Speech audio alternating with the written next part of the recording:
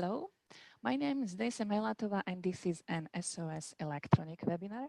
I'd like to welcome you all in our webinar with WIZnet company.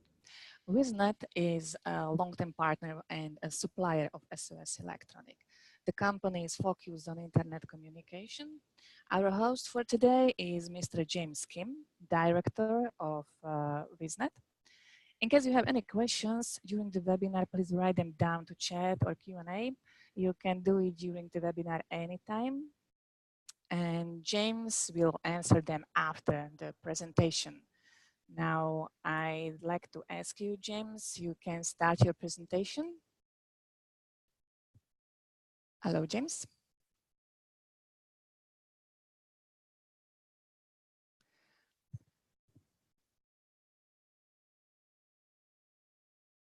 Hello? Great. We can okay, hear okay. you. Okay, Denisa, thank you. Hello, this is James from WIZnet. I'm so pleased to have this opportunity to introduce WIZnet through SOS Live webinar today. I will give a brief introduction of WIZnet and detailed explanation of WIZnet's serial to Ethernet converter products. During this webinar, there is also real practice to go over how to use WIZnet product. Let me start.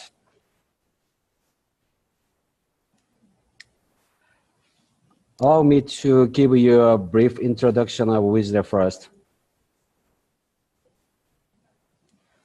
WIZnet was founded in 1998 and is the only company to have the patented hardwired TCP/IP chip technology. Since the first mass production of WIZnet chip in 2001, WIZnet has sold 30 million chips and 2 million modules worldwide. WIZnet has two branch offices. It's in USA and Hong Kong. They cooperate with 60 distributors to support over 3,000 customers.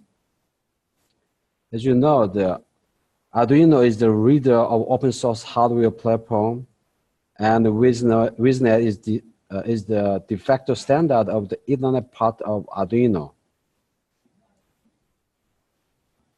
And WIZnet also partnered with ARM Embed as an official platform partner. Now, let me start talking about WIZnet's serial to Ethernet converters. In 2016, WIZnet launched the Cortex M0 based W7500 and W7500P MCU chips. W7500 is a SoC chip.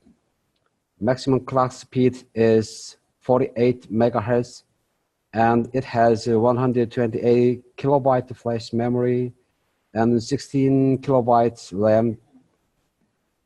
And it supports 3 UART, 2 SPI, 12-bit resolution, 8-channel ADC, timer, PWM, up to 53 GPIOs, and SWD. Its package is 64-pin TQFP package. Its hardwired TCP/IP core supports the TCP, UDP, IPv4, ICMP, ARP, IZMP, and so on. And 8-channel hardware sockets can be used simultaneously. Whereas W7500P is a SIP chip, consists of W7500 and PHY. W7500P can be used as a single chip, whereas the 7500 require a separate PHY chip. The operating temperature of W7500P is commercial due to embedded PHY. If you need the industrial temperature range, we recommend the W7500 and industrial temperature PHY chip instead W7500P. We also provide the modules and pre-programmed S2E chips. S2E stands for Serial to Ethernet. These products are based on W7500 or W7500P. The WIZnet 750 SR modules have various hardware types. With the W750 SR series are compatible with the corresponding older modules. The merit of a W7500 or 100P S2E chip is its cost efficiency. This chip is programmed with application calls at the MAC address, so it can be ideal for customers who seek lower cost in mass quantity.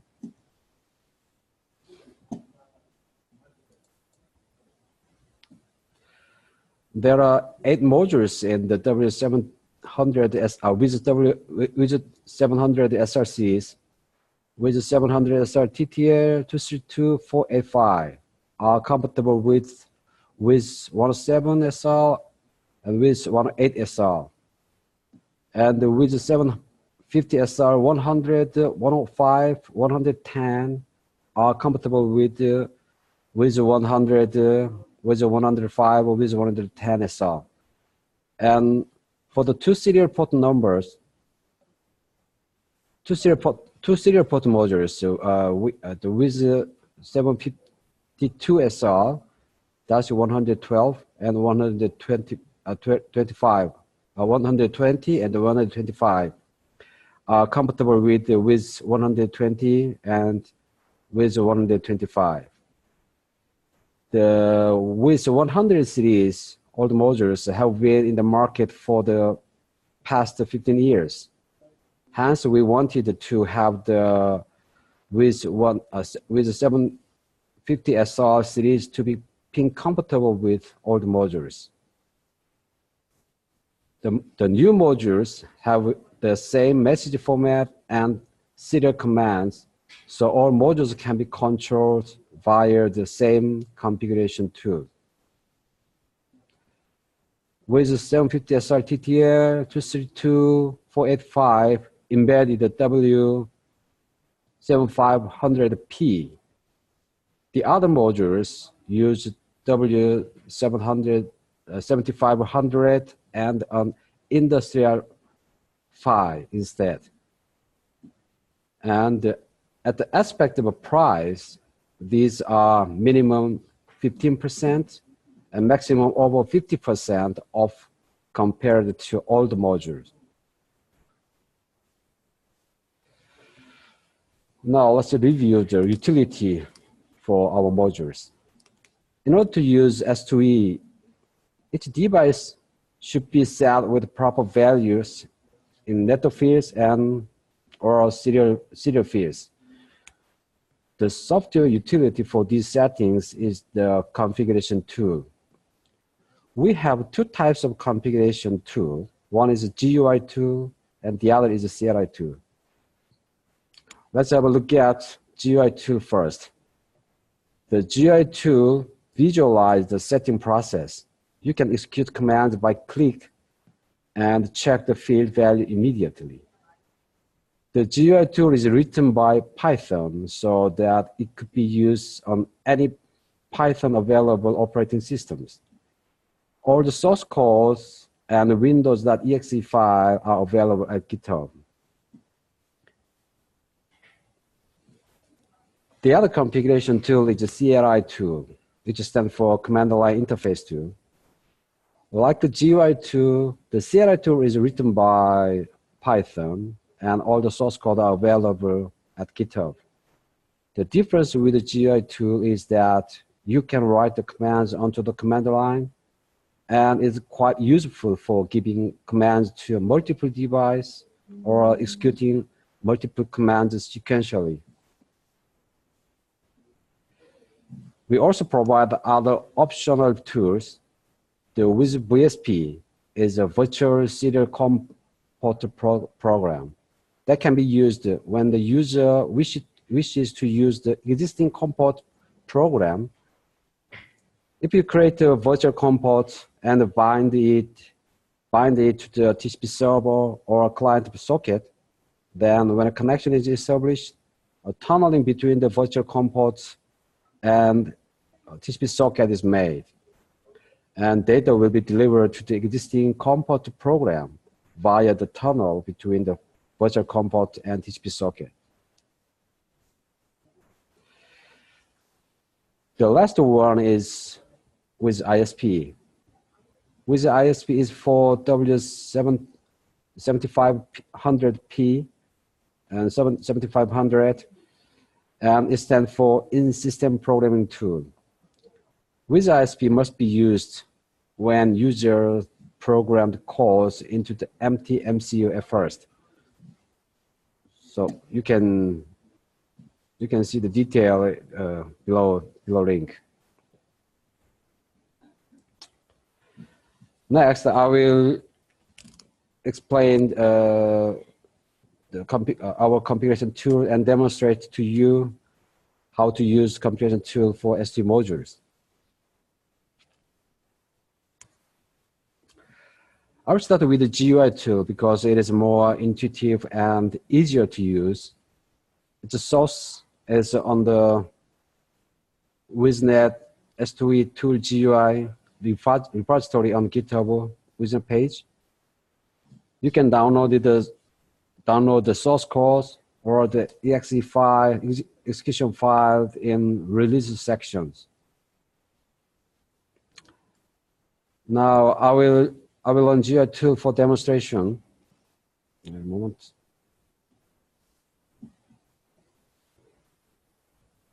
Now,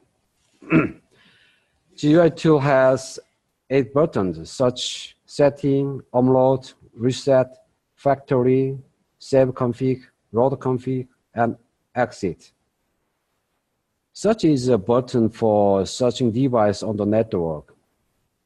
And setting is a button for writing current value of each fields to the device. And upload is for uploading a new firmware to the device. Reset makes the device get rebooted. And factory returns the device to factory default. And save config is for saving current values of all fields to a file for future use. Load config is for loading stored value from a file. And exit is for closing the program. The first step of a GUI tool is search. If you click search icon on toolbar, then the list of devices on the same network will appear on the left side the list box.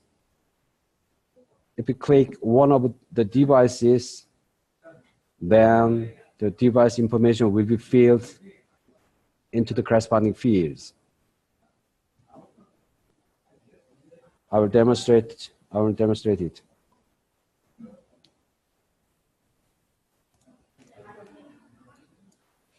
As you see in video, I have three modules on the desk.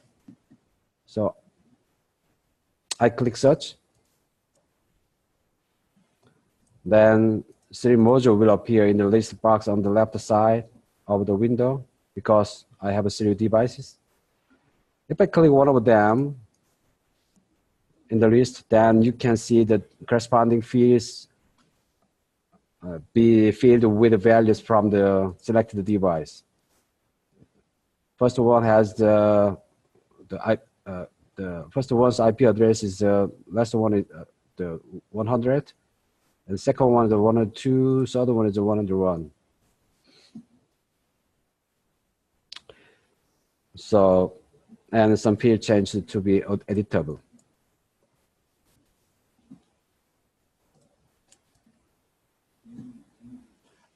After that, you can change the device settings.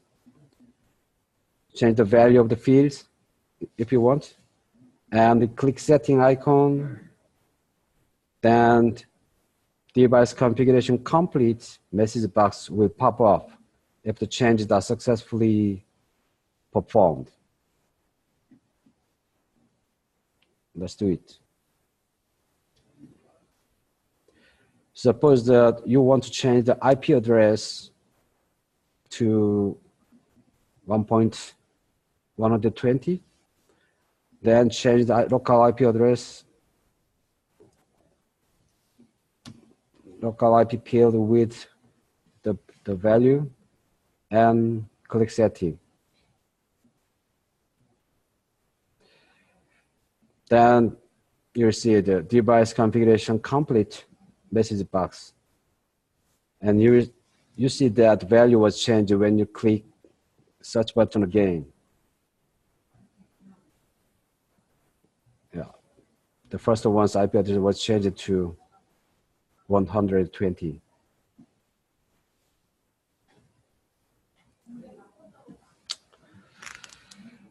Well, WIZnet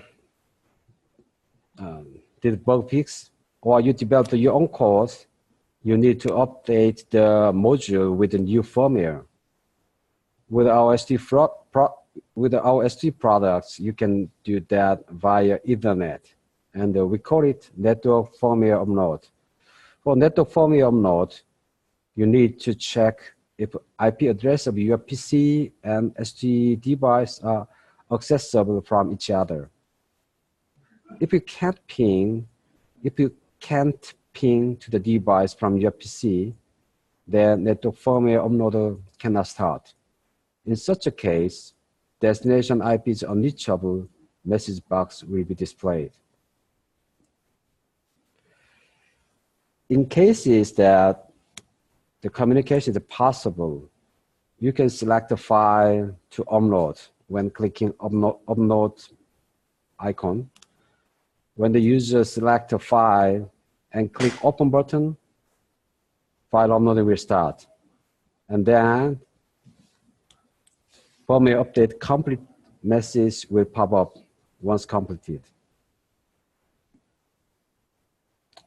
I'll demo this.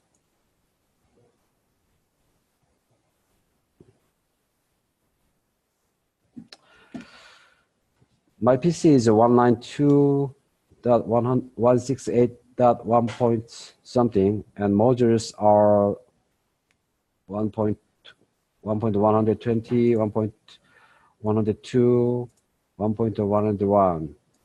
All module has firmware version 1.2.3. So I will upload. I will do firmware upload, and I have a new firmware. I have a different firmware, version number 1.2.4. You can download it from the rated firmware from our wiki site, wiki.net.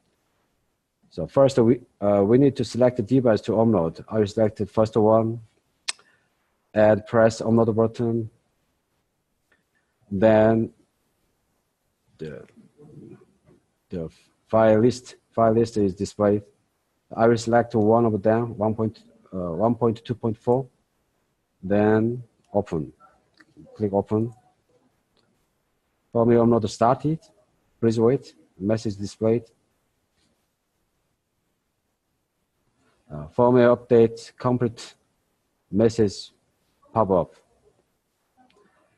And if I click search button again, I can see its firmware version is changed to 1.2.4. So firmware upload was done successfully.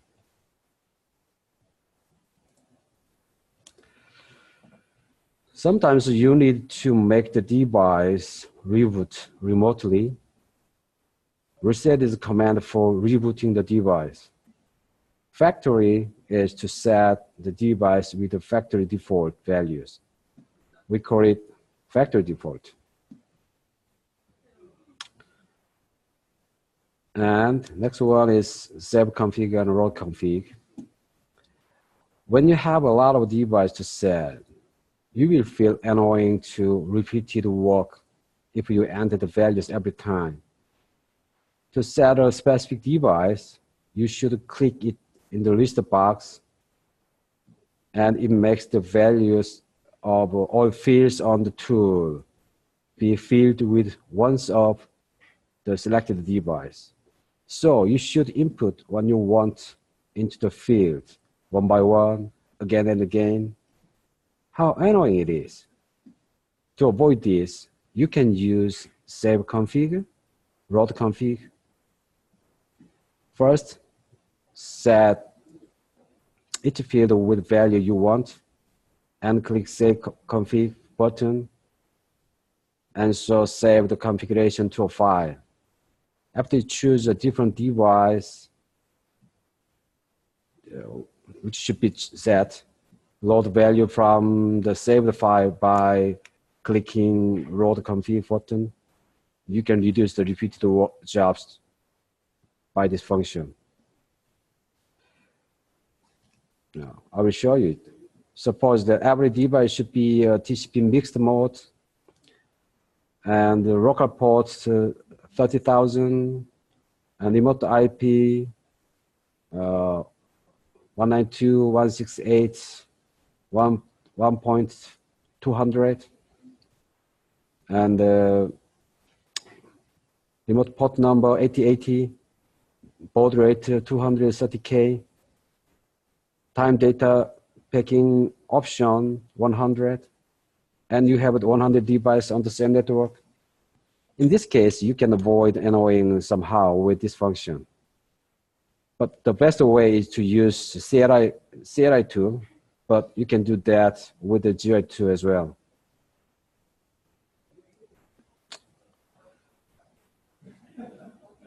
Okay, so I will demonstrate.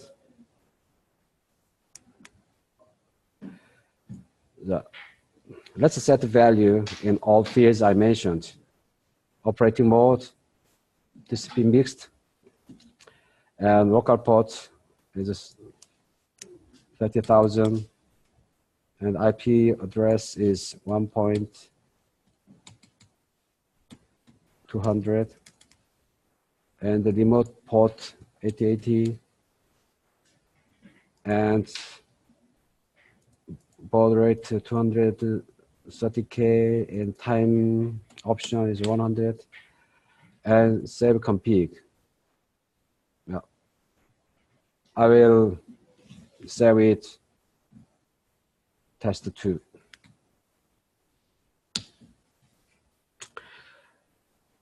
The test 2, the test2.cfg is the extension. Its extension is CFG, but it is a text file, so you can open it with Notepad or any text editor. I will have a look at the inside of the file, what is written on it.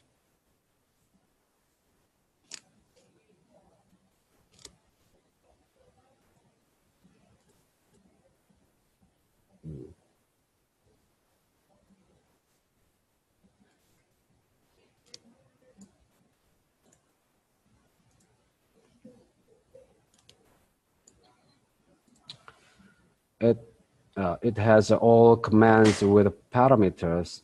This is the local IP.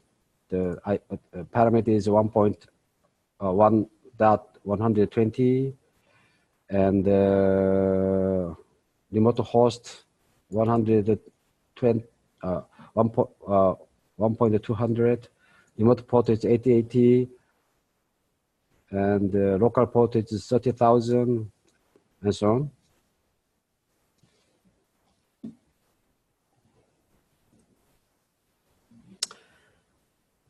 Then let's setting.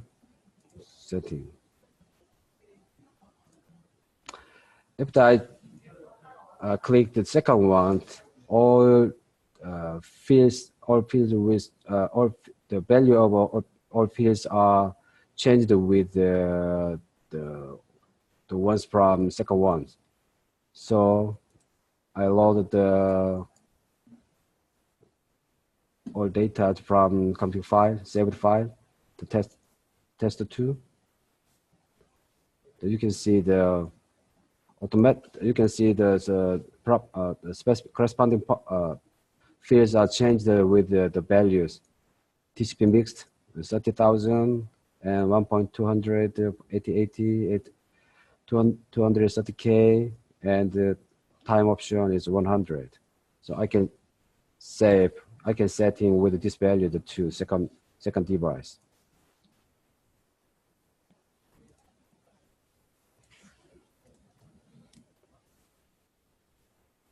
Okay, second. You can see that the two of them are having the change the value. Oh.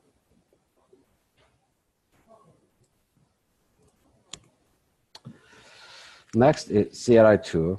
This page shows the directory of structure of the CLI2. The main application is wizconfigure.py.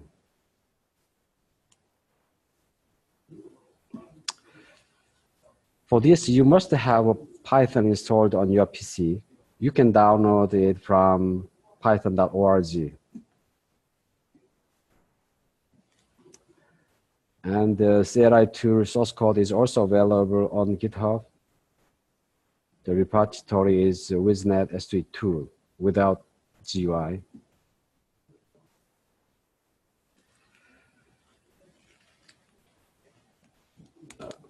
Move to the CLI2 directory and run the shell. Run it with -h. H is a help option in order to check all options provided by the CLI tools. Here's a directory of the CLI2 stored, and I'll put the command python wizconfig.py -h. I will enlarge the shape and enter. Then it displays all options. We have so many options, but I will leave just a few options, but most important and basic options.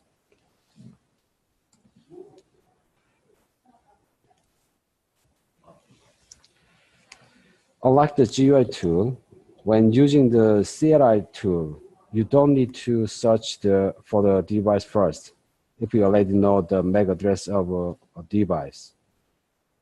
If there are multiple devices and you want to run the same commands for all devices, searching the device is necessary. Once the device is searched, the device MAC address are saved into the maclist.txt file.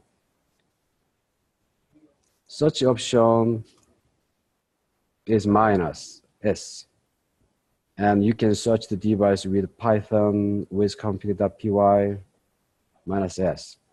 Then the number of devices and those brief number of devices and those brief informations like MAC address, the name of product, and local IP address will appear.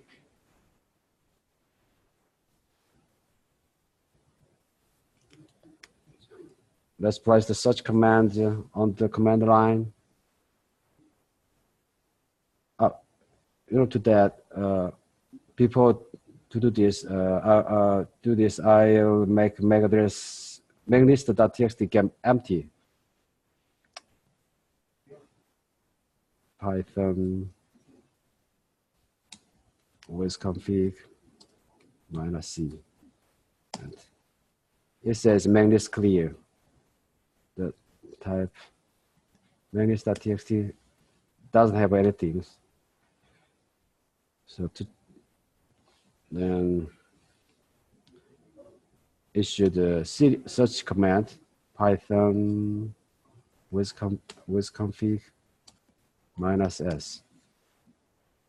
I have 3 devices on the network, so it searches 3 devices are detected, and the device 1 has a MAC address this, and the device 2 this, and device 3 this. So If I ever look inside of a main list, then we can see there are 3 MAC addresses.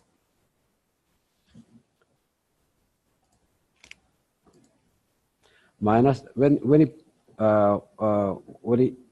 put -A options, CLI tool use the MAC addresses in maglist.txt file. In GUI tool, the detailed information of each device appears once they are searched. However, in CLI tool, these details are not displayed with -S option. You need to designate the file that contains the command set for checking the detailed device information. That is --get file options.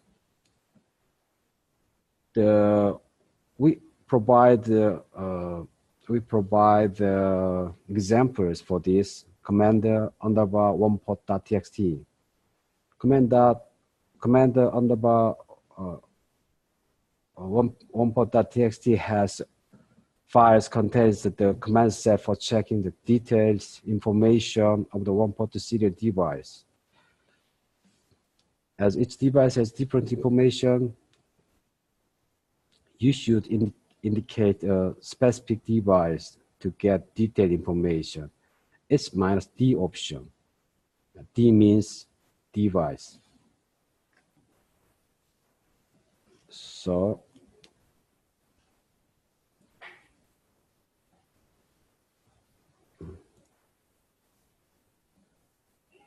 this is a result view. I will demonstrate for this.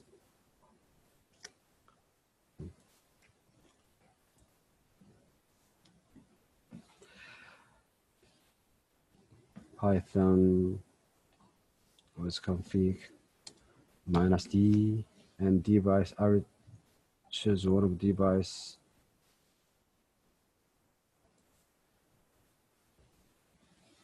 And minus get file command one port.txt. So the CLI gets command set from the designated file command underbar one port.txt and send the query to the designated device. The device will reply with its parameters, and the CLI parses the reply and display them all on the screen. Also, the CLI save the screen output into a raw file, the name of which contains MAC address. You can use this information later.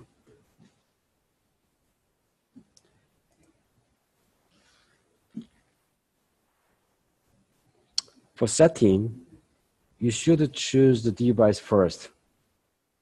You can select a specific device with the -D option or use the -A option to perform the same setting to all devices in the maglist.txt file. First command change baud rate of the designated device only. But second command change baud rate of all devices in maglist.txt. You can also set multiple fields with --set file option. We have an example for this, set command.txt. Let's see.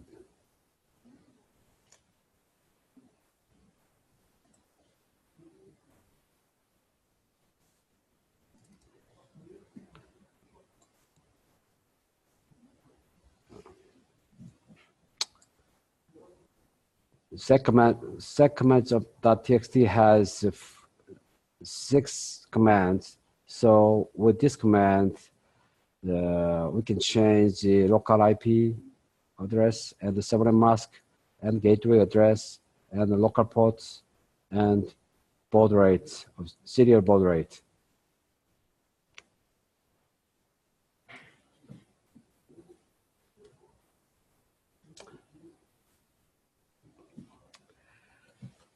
Firmware upload is more effective in CLI tool than the GUI tool in case that there are multiple devices and those are not accessible due to the factory default or other reasons. You should make them get accessible first. To do this easily, you can use -m option. If you put the command with the -m option and an IP address, then CLI to reset all devices' IP address with values starting from the designated IP address. After this command, all devices get accessible from your PC. I will show you that. I have a 3 MAC address in maclist.txt. I put command python wasconfigure.txt -m 192.168.1.100 and enter. Python with configure -m 168.100. So all three modules has a accessible IP address from 100 to 102.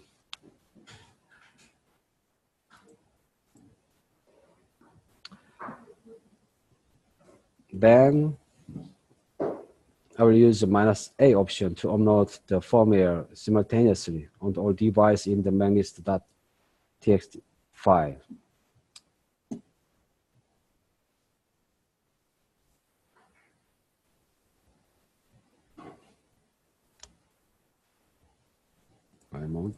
I show.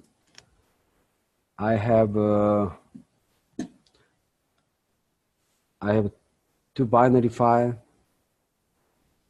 So I will upload all devices with the version 1.4.bin file.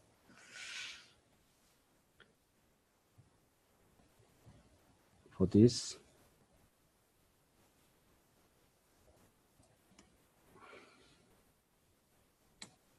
Python with config -a for all device -u uploads and with 750 srv 1.4.bin.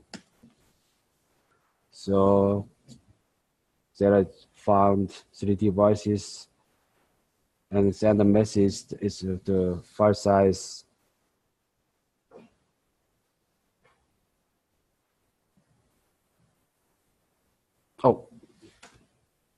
address is unreachable.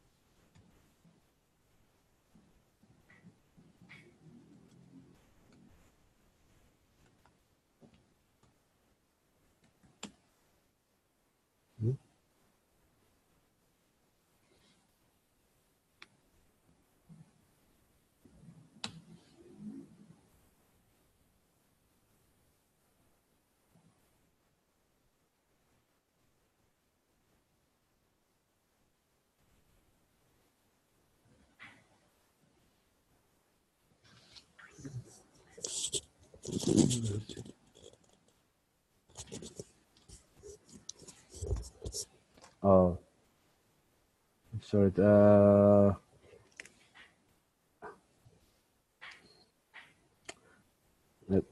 Some problem happens. I will check. I will ask my colleague to check the reason.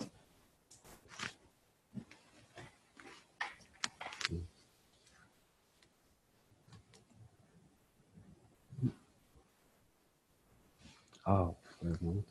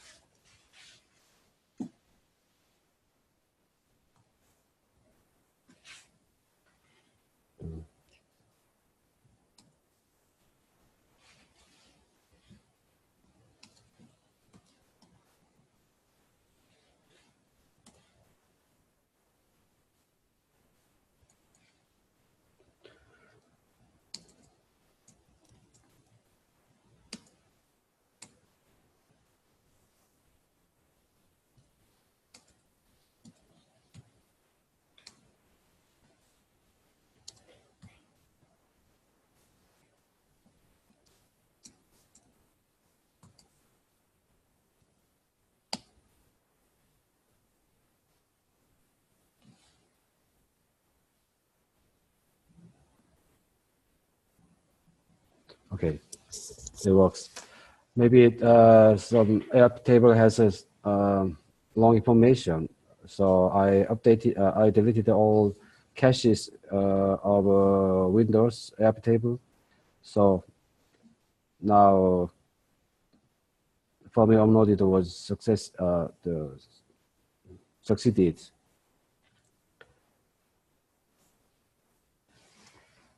Anyway, this operation is done.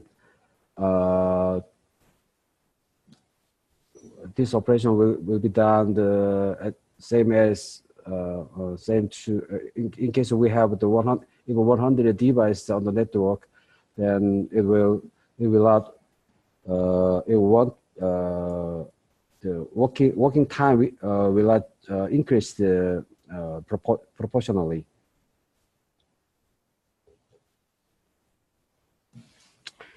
Also, we can you can reset and or factory reset multiple devices concurrently with the CLI2 -A, and for reset -all option, and the factory reset -A and -F option.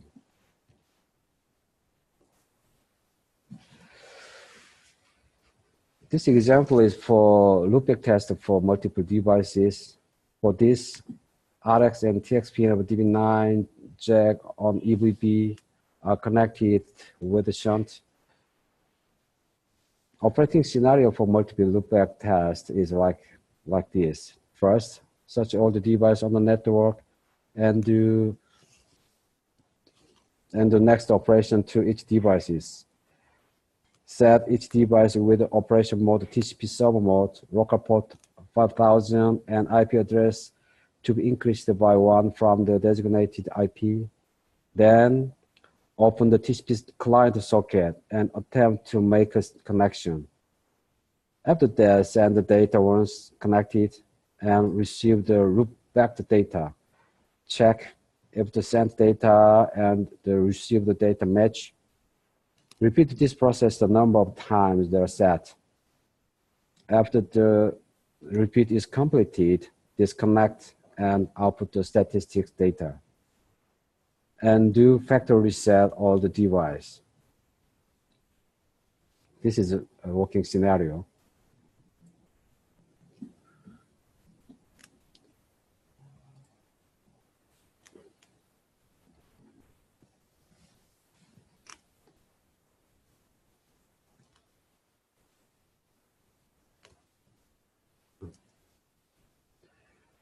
And -T 92.68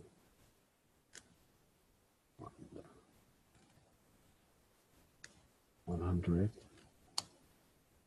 -S -S serial ports. This command can be used with the 2-port serial, so we need these options. So -S and parameter 1 means serial port to first port, serial port, and -R repeat 10 times.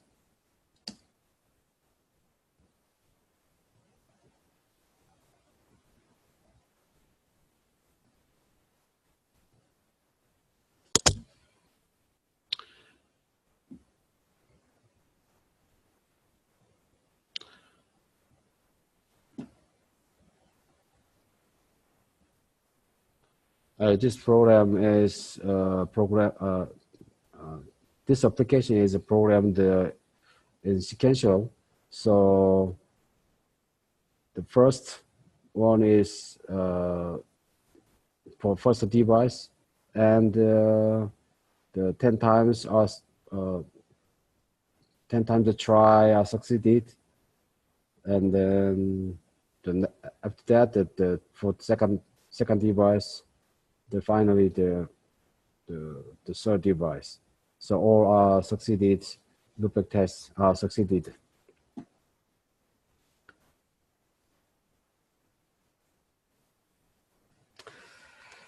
In this chapter, I will introduce the setting and options of WIZnet 700 SR shortly. The settings and options can be categorized into 6 parts: operation mode, network setting, serial setting, and user ID, user IO, network option, and serial options. Let's have a look at each in detail. I mentioned operation mode, network option, and serial option only.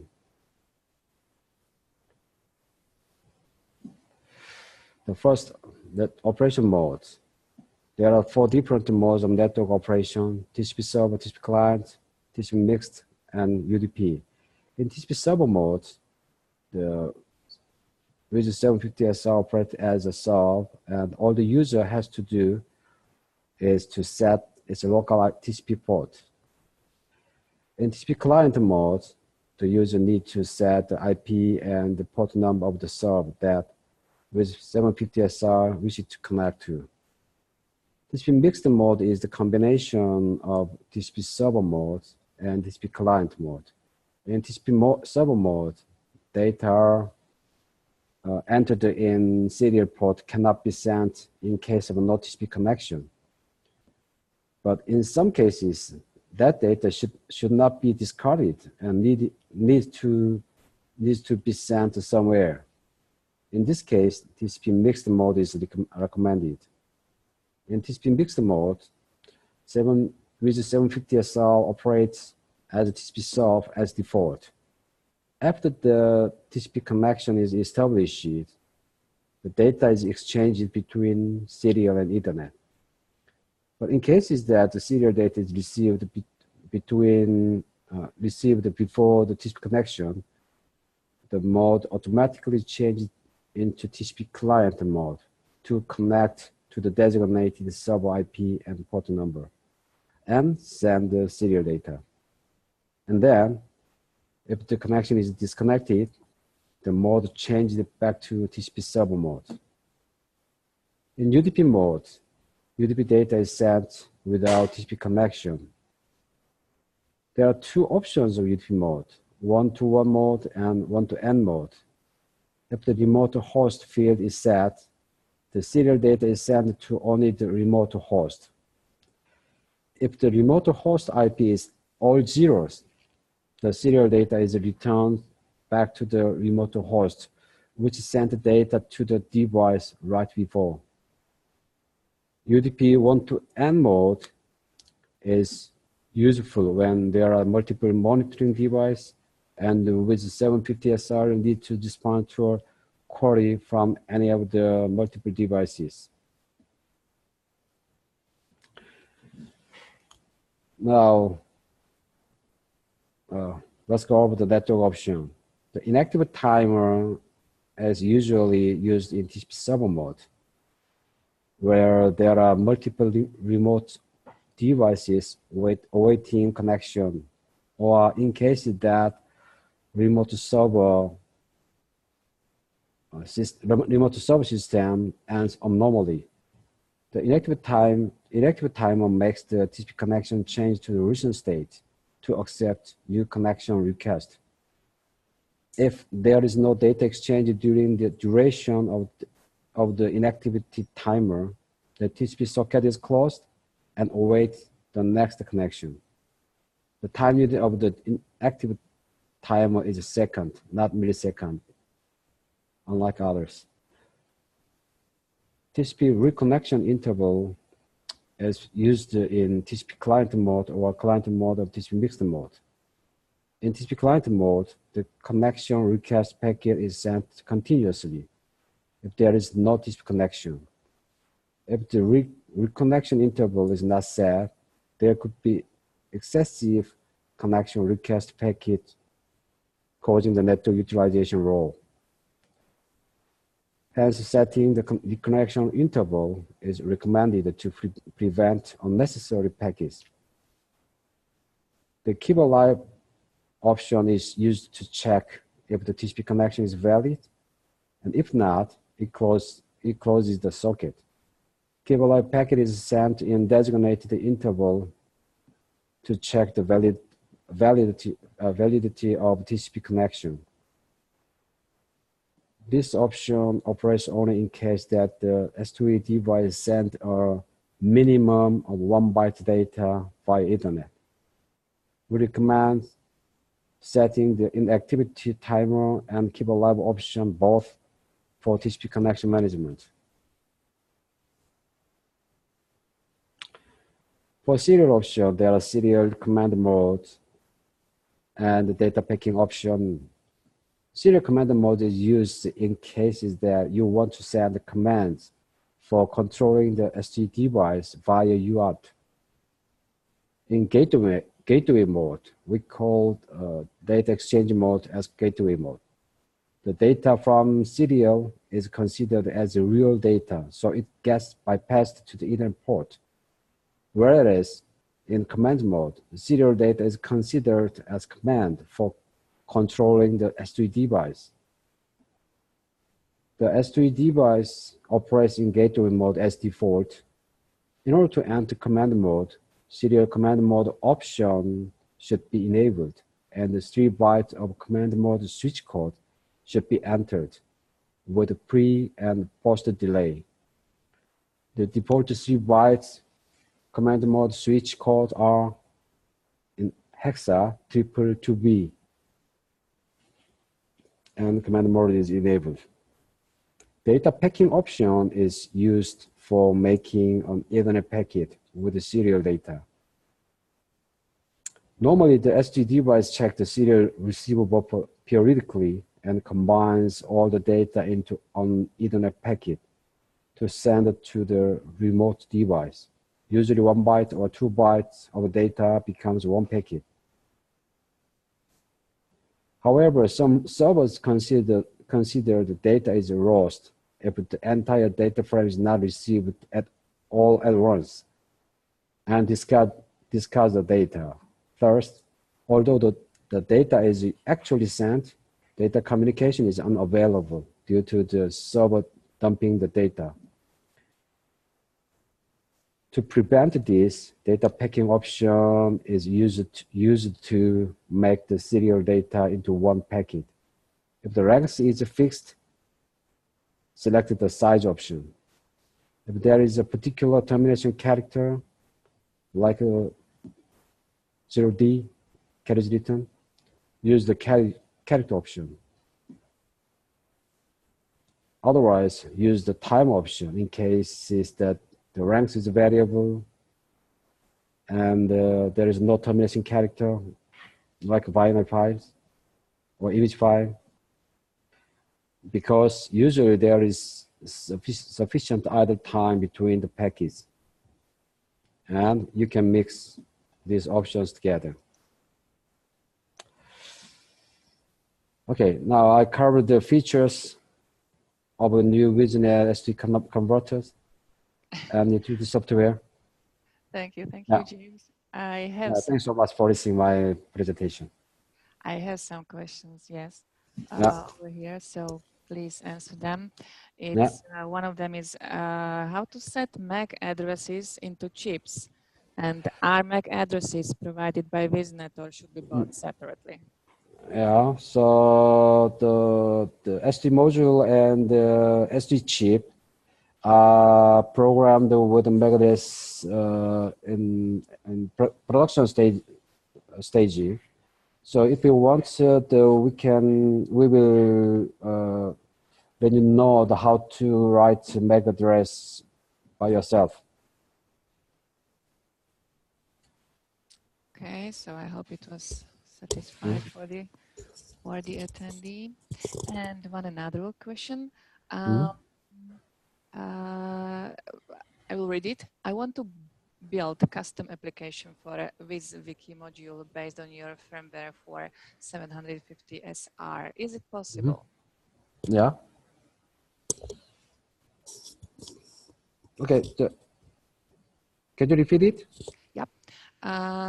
The person is asking if he wants to build a custom application for a WIZWiki module based on your firmware for 750 SR.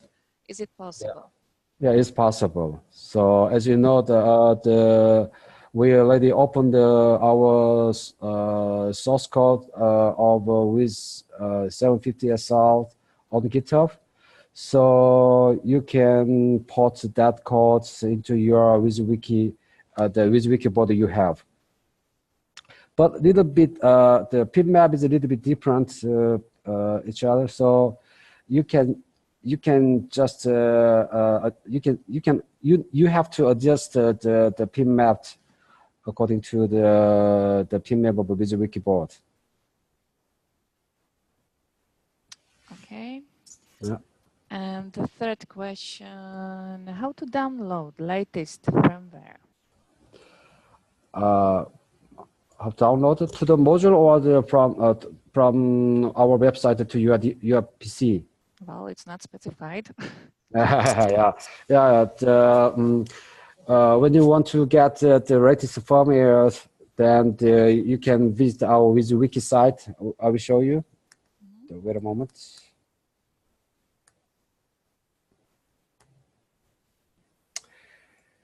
Yeah. Oh, sorry. This is our WIZWiki site. So if you go to this site and click the S2E module and the Wiz 750 SR and the software download, then you can download the latest firmware. This is the latest firmware, the application code, and these are for the production code, including boot and app. Okay. Yeah. Okay, so. And the downloading to your device is what I presented today. Okay, so I hope we answered it. So I don't see more questions. So if you will have any questions after webinar, you can also write them to us, to SOS Electronic, and I can contact James for the appropriate answers. The recording from this webinar we will publish on our web pages also. And since I do not see any more questions, so I'd like to thank you, James, for an interesting and detailed presentation. Thank you to come to live and online. Also, I'd like to thank you all who have attended our event and stayed with us during the presentation. After summer, on 5th of September, we plan a deep dive webinar. All of you who have participated on this webinar, you are invited to come. The presented information will be different, and deep dive should be an upgrade on this webinar. For sure, you will not regret. Is it right, James? Okay, thank you. Okay, so we'll spread the word on social media and on our web pages as usual, so please follow us. And I wish you all a pleasant and successful day. So goodbye. Yeah, thank you. Thank you so much for joining us. So bye-bye. Bye-bye.